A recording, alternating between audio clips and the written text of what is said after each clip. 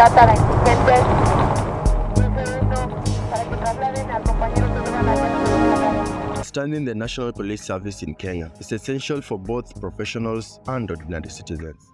This is the service tasked to ensure safety and security across the nation. Kenya has a national police service composed of the Kenya Police Service, Administration Police Service, the Internal Affairs Unit, and the Directorate of Criminal Investigations.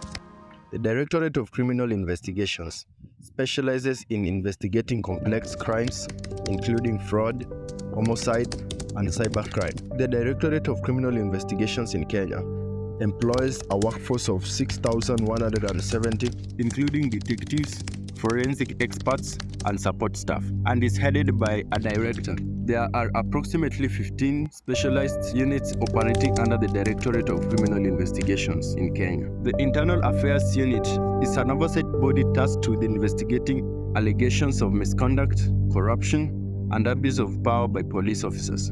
The Internal Affairs Unit is headed by an officer not below the rank of Assistant Inspector General, who serves as a director. The Kenya Police Service handles general law enforcement, crime prevention, and public order. The Kenya Police Service employs approximately 74,251 police officers and is headed by a Deputy Inspector General. The Kenya Police Service has a total of 12 formations that focus on different aspects of law enforcement and public safety. The Administration Police Service focuses on border security, protection of government property, and assisting in disaster management. The Administration Police Service employs approximately 26,409 police officers and is headed by a Deputy Inspector General. The Administration Police Service in Kenya has a total of 17 specialized units within 5 formations, each focused on specific areas such as border control, VIP protection, and counter-terrorism. The National Police Service is the umbrella law enforcement organ in Kenya. The service was established in 2011 under Article 243 of the Constitution of Kenya, following the dissolution of Kenya Police Force and Administration Police Force. The National Police Service is under the overall and independent command of the Inspector General, who is appointed by the President and approved by Parliament. The National Police Service employs about 100,000 police officers and paramilitary personnel. The National Police Service is divided into general duty and formations. General duty comprises components, with regions being the largest and police patrol bases being the smallest. General duty police officers are responsible for responding to emergency calls, patrolling neighborhoods, and enforcing laws on a daily basis. Regional police commander is in charge of a region. County police commander is in charge of officers in the county. Sub-county police commander superintends sub-county. Officer commanding station is in charge of a police station in a ward and oversees all its police posts and patrol bases, which are under ward commanders. While formations are specialized units within the police department that focuses on specific tasks such as investigations, traffic control, and anti-terrorism. The Kenyan police formations units are headed by commandants, otherwise referred to as directors, who hold the rank of Senior Assistant Inspector General of Police, AIG.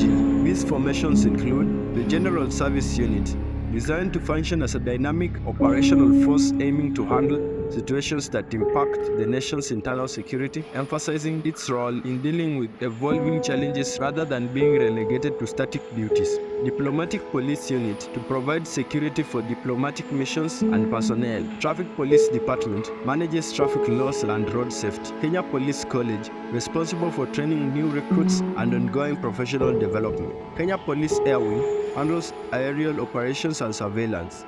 Presidential Escort Unit provides security for the President and other high-profile individuals. Railway Police ensures the security and safety of railway infrastructure and operations. Kenya Police Dog Unit utilizes trained dogs for various law enforcement activities. Tourism Police Unit focuses on safety of tourists and tourist areas. Kenya Airports Police Unit ensures security at major airports. Maritime Police Unit, responsible for law enforcement in coastal and maritime areas. Officers from the Inspector General to the Inspector wear badges of rank on their shoulders, whereas officers from Senior Sergeant to Constable wear badges of rank on their sleeves of their uniform to denote their rank. In line with ongoing reforms, the Uniforms Committee is also working on new insignia for the revised rank structure, which will have to be approved by the National Police Service Commission. For the Inspector General, crossed scimitar sword and swagger cane surrounded by a laurel wreath surmounted by 2 line badges, and 2 rows of twisted oak leaf gold lace on the cap.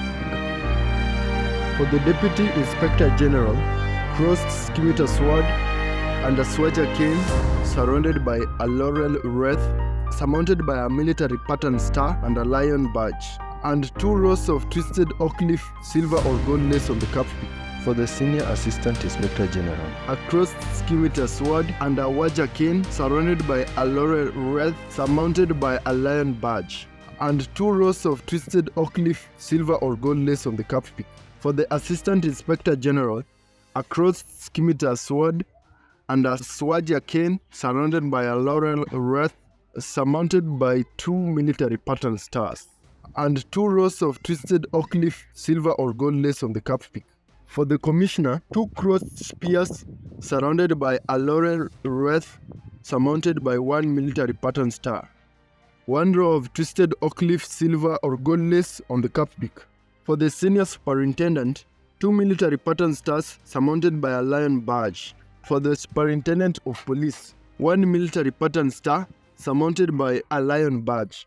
For the Assistant Superintendent, a lion badge surmounted by a laurel wreath. For the Chief Inspector, 3 military pattern stars.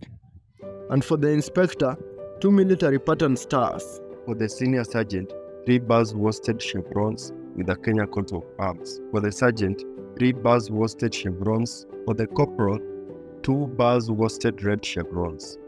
The order of Kenya Police ranks is as follows: Inspector General, Deputy Inspector General, Senior Assistant Inspector General, Assistant Inspector General, Commissioner of Police, Senior Superintendent, Superintendent, Assistant Superintendent, Chief Inspector, Inspector, Senior Sergeant, Sergeant, Corporal, then Constable. The recruitment and training of police officers in Kenya is a structured process governed by the National Police Service Commission and legal frameworks established under the Constitution of Kenya. Police recruitment in Kenya typically occurs at designated centers across the country. Key locations include County Commissioner's Office. These are often the primary centers for receiving application and conducting initial screening. The sub-county police stations. Smaller scale recruitment activities might take place at this level. Designated recruitment centers. In some cases, specific venues or schools might be selected for recruitment exercises.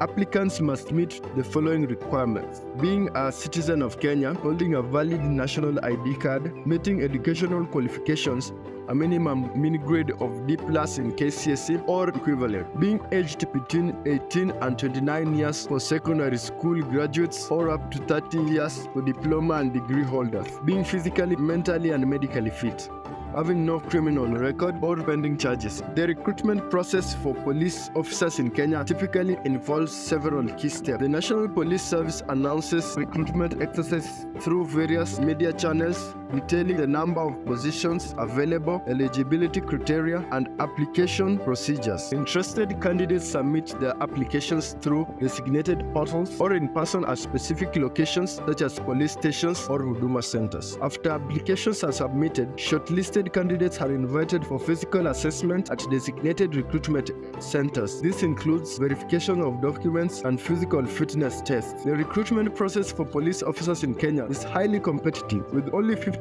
of applicants passing through the initial pre-screening. Once recruited, successful candidates undergo basic training program that usually lasts about 9 months at the National Police Service College in Kiganjo, Nyeri County. Recruits undergo basic training that covers law enforcement principles, human rights, education, physical fitness, firearm handling, and community policing. For recruits joining the Administration Police Service, special training will be done at the Administration Police Training College in Embakasi. Throughout the training period, recruits are assessed on their performance through examinations, practical exercises, and evaluations by instructors. The basic police training course typically lasts 9 9 months to 1 year, depending on the specific requirements of the training institution and curriculum being followed. Upon successful completion of the training, recruits graduate in a passing out parade where they are formally inducted into the Kenya Police Service. Graduates are then deployed to various police stations, posts, and specialized units across the country, based on the needs of the service. After basic training, officers may receive specialized training in various units, such as anti-terror police unit, traffic police, and criminal investigations. Recruits are typically bonded to serve in the National Police Service for a minimum period often set at 10 years to ensure retention and commitment to public service. Policing in Kenya can be traced back to about 137 years ago, in the period between 1887 and 1902, tracing its foundation on the Imperial British East African Company and a businessman named Sir William Mackinac, who in the interest of his business found it necessary to provide some form of protection for his stores along the coastline of Kenya. The Kenya Police Force was established in 1902 during the British colonial era and has since grown to become one of the largest police forces in Africa. It is from these origins that the concept of constituting a real police service was formed in Mombasa. Generally, police activities centered on protection of businesses of the Imperial British East African Company, where the strength was mainly of Indian origin, with a skeleton staff of some Africans, otherwise referred to as askaris. During those early stages of the small police force, its duties were negligible. The construction of the Kenya-Uganda Railway provided for the growth of this infant force inland from our coastline, and by 1902, there existed police service units at Mombasa, Nairobi, and Kisumu for the purpose of safeguarding railway property and materials, as well as the manpower engaged in constructing the railway. In essence, peace, law, and order had to be maintained despite the fact that the personnel employed then had little training. The laws in force were from India, including the Indian Criminal Procedures Code, the Indian Evidence Act, and the Police Ordinance. It is notable that up to 1907, the Kenya Police was organized along military lines and the training was military in nature. When the Police Ordinance was enacted, establishing the Kenya Police Force, giving roots to major developments in policing towards independence in 1963. Later on in 1926, the Criminal Intelligence Unit was established with the sole responsibility of collecting, tabulating, and recording the history and data of criminals, undesirable and suspicious persons. And even much later on in 1929, Tribal Police Ordinance Number 10 was enacted. The objective of this ordinance was to provide command and administrative powers, training, and armament to the native police, which was renamed the Tribal Police. But nonetheless, in 1958, the Tribal Police Ordinance was changed to the Administration Police Act, and the force commenced centralized training in Ruringu Nye. The focus of the training was on basic recruit instructions, promotional and prosecution courses for the native courts. Upon attainment of independence in 1963, the provincial administration and the administration police were moved from the Ministry of Native Affairs to the office of the Prime Minister, then to the office of the President, where they have remained to date. Established in 1948, the Maseno Depot was created to cope with the increasing powers and responsibilities of police officers in a rapidly changing society. It aimed to provide more advanced training and specialization to meet the evolving demands of law enforcement in Kenya following the earlier Nairobi Depot. Additionally, the General Service Unit was initially established as an emergency company or regular police reserve in 1948 during the Mau Mau uprising. It began with a small unit of 50 men armed with brain guns and armored. It tasked maintaining order during a period of significant unrest. However, in September 1953, the unit was officially renamed the General Service Unit. At the time, it comprised 47 European officers, 1,058 African officers, organized into 5 regional companies. A criminal investigative department, CID, was established in 1957. After Kenya gained independence in 1963, the police force was restructured, renamed, and reformed several times to meet the ideals and aspirations of the Kenyan people. The promulgation of the new constitution in 2010 led to the establishment of the National Police Service, which unified the Kenya Police Service, Administration Police Service, and the Directorate of Criminal Investigations. The National Police Service Act 2011 and the National Police Service Commission Act provided a legal basis for the operation and governance of the police, introducing measures for oversight and accountability. The Kenya Police Service began to adopt community policing strategies aimed to building trust and cooperation with the public. This approach sought to transform the police image from that of an oppressive force to one of community service and protection.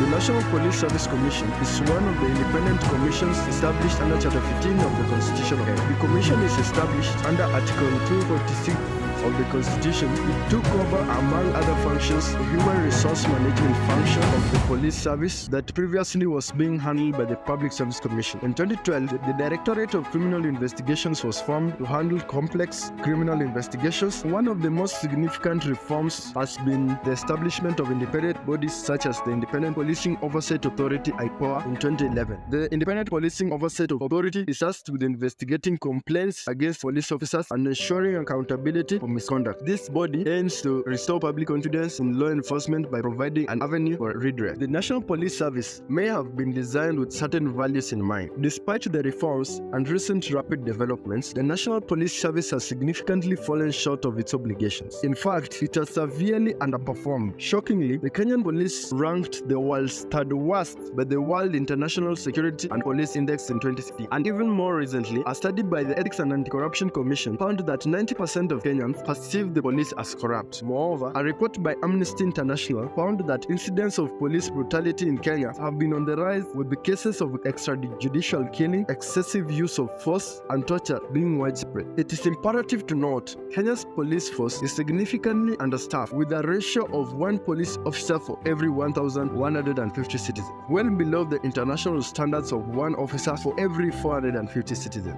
The shortage of trained officers has resulted in long working hours and burnouts, leading to low morale and increased corruption. Concerningly, a survey by Kenya National Bureau of Statistics found that the police are the most feared institution in Kenya. Whilst at that, a report by Human Rights Watch found that police killings are often not investigated or prosecuted in Kenya, leaving victims without justice. Furthermore, a different research by Telegraph found that Kenyans are 5 times more likely to be shot dead by the police than by criminals. All these issues erode public confidence in the police, much to the extent that 76% of Kenyans do not trust the police to protect them. Honestly, there is so much dirt, unpleasant and concerning reports and statistical findings over the years about the Kenya police that I wouldn't be proud to have explicitly listed in one documentary.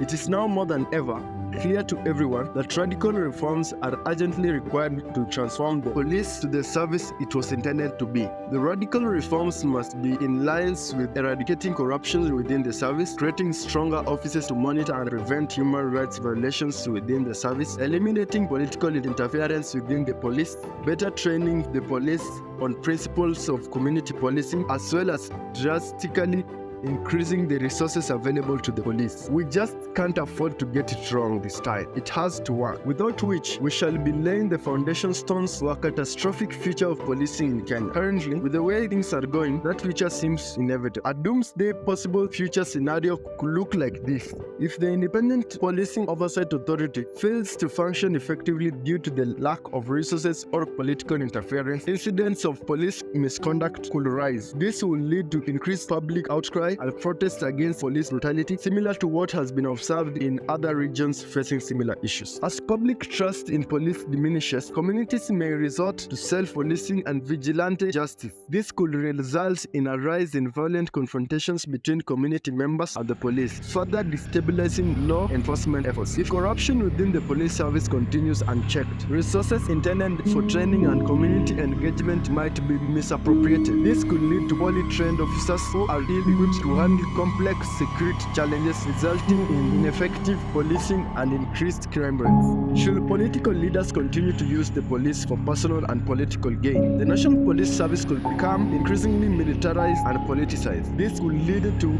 police being deployed to suppress dissent rather than protect citizens, further alienating the public. The culmination of these factors will lead to widespread social unrest, with communities feeling unsafe and unprotected. Protests against police action could escalate into riots and leading to a cycle of violence and repression. As human rights abuses come to light, international organizations may impose sanctions or cut funding, further crippling the National Police Service ability to operate effectively. This could lead to a lack of resources for essential services, exacerbating the security crisis. To avoid taking Kenya to jeopardy, here is what must be done. The Kenya National Task Force on Police Reforms must be implemented to its entirety. 1. In line with the Working Commission report, the police must be devolved. Policing by the Kenya Police has in recent years been undertaken through highly centralized command structures from Kenya Police Headquarters in Nairobi. Due to the manner of the appointments and centralized powers vested in the Inspector General of Police,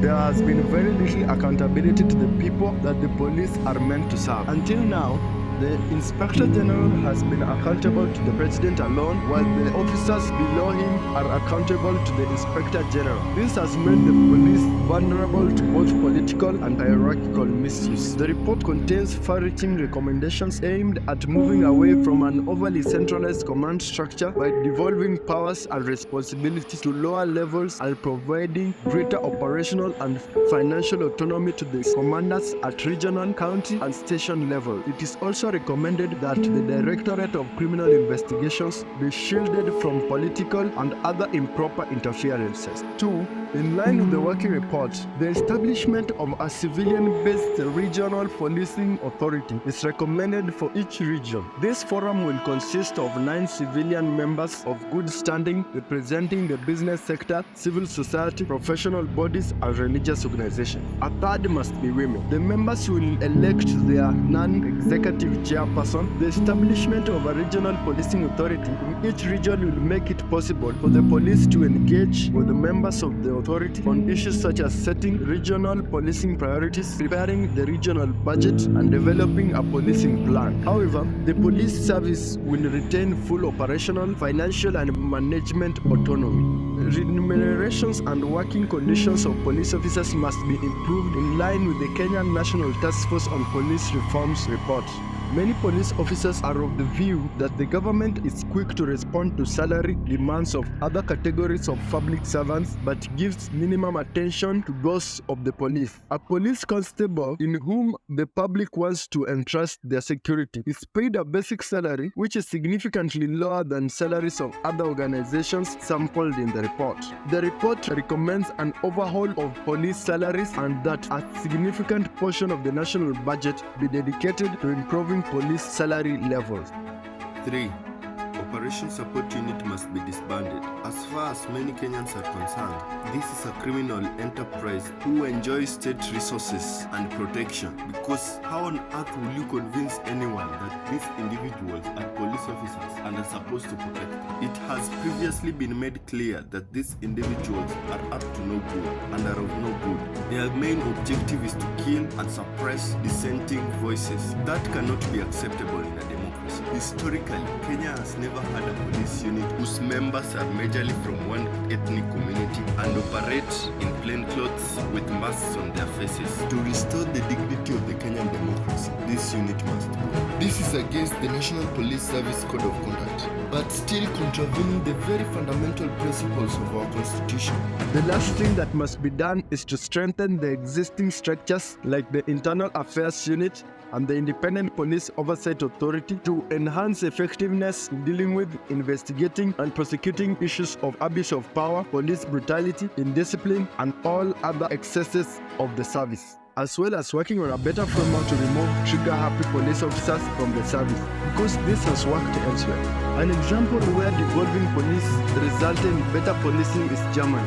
Germany operates under a federal system where the police powers are divided between the federal, state, and municipal levels. Each of the 16 states has its own police force, which allows for localized decision-making and policing strategies tailored to the specific needs of the community. The decentralized structure has facilitated a community-oriented policing approach, enabling police forces to engage more effectively with the local populations. This has led to the improved trust between law enforcement and communities, with public confidence in the police remaining high, with about 70% of Germans expressing trust in their local police force, resulting in better crime prevention and resolution. Each state police force can develop specialized units that address local issues such as drug-related crime, organized crime, which has enhanced the overall effectiveness of policing. The devolution of policing powers has also allowed more robust accountability mechanisms at the state level, where local government can monitor and evaluate police performance, leading to increased transparency and public trust. Could this happen in Kenya?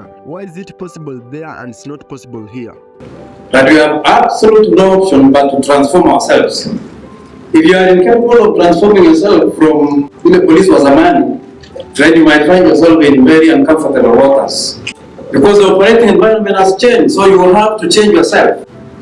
But what we mean is you have to be fully conscious of your surroundings and operate in a manner that is acceptable by the people of this country. Huwezi fanya kazi ya hii kazi tunajua tu na lazima nifanye hivi. No. Sababu watu wa nchi hawataki hivyo. Bottom line is you must understand that wewe ni mtumishi wa watu wa nchi hii. It's not the other way around. And the truth is, because there is empirical evidence from none other than the National Police Service Commission itself, is that from the vetting exercises that they have carried so far, is that out of every 100 officers they get, only 4 have issues. The rest 96 wako sawa.